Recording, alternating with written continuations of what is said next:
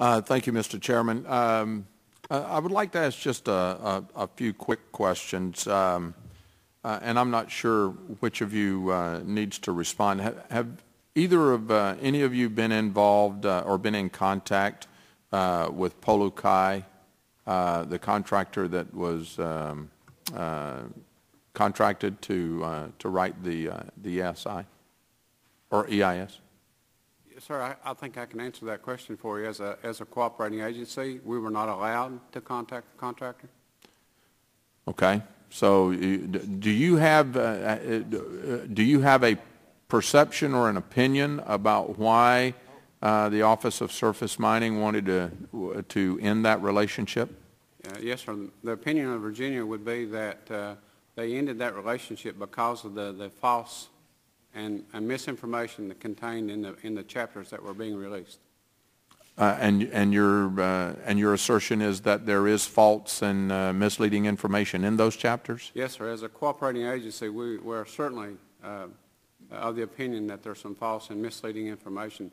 To carry that a step further, the numerous hours that Virginia spent on providing comments on that document, most of our comments were never even used or never showed up in that document. Mm-hmm. Okay. Mr. Kitts, I'd like to give you the remainder of my time, about 3.5 minutes here, to respond to the questions that the ranking member asked just a few minutes ago about surface mining. Thank you. If you get your information from websites put up by anti-mining organizations, you might think that Appalachia is being devastated, that it's being leveled.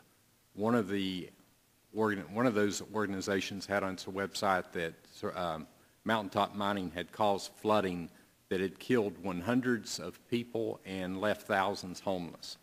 That was completely false, but there's no way to measure the accuracy of those statements unless you're on the ground and you can see what's happening.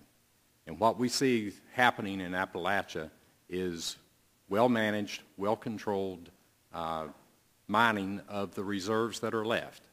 About 40% of the coal production from Appalachia comes from surface mining jobs.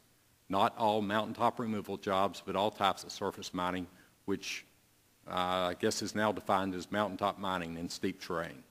So to come out and change a regulation that would make such mining nearly impossible, if you can't put in fields, you can't mine through these small intermittent streams up on the side of a mountain to do a contour mine because you can't prove that you will restore it back to exactly its pre-mining condition with the same type of insects living there and the same substrate and so forth, then you're going to stop mining.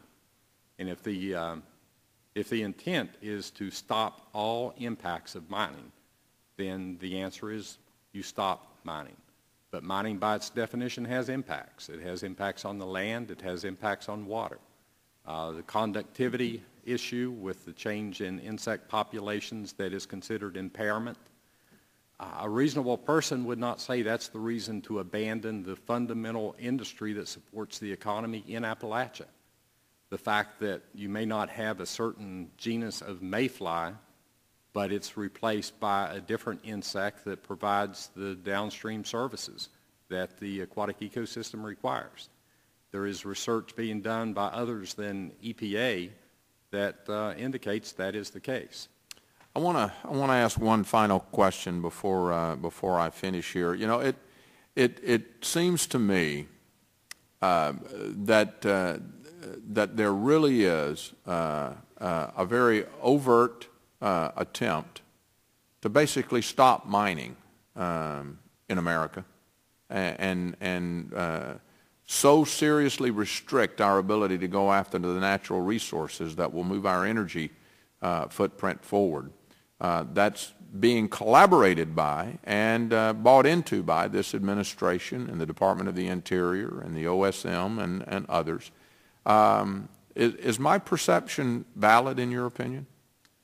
That's my opinion. That's what I've seen. That's what I've derived from comments made. For instance, when the June 2009 MOU was released, there was a press conference, and the head of CEQ said that this was going to allow Appalachia to move toward a sustainable green economy with green jobs, and there were comments made at that time that people could be put to work repairing the devastation left behind by surface mining.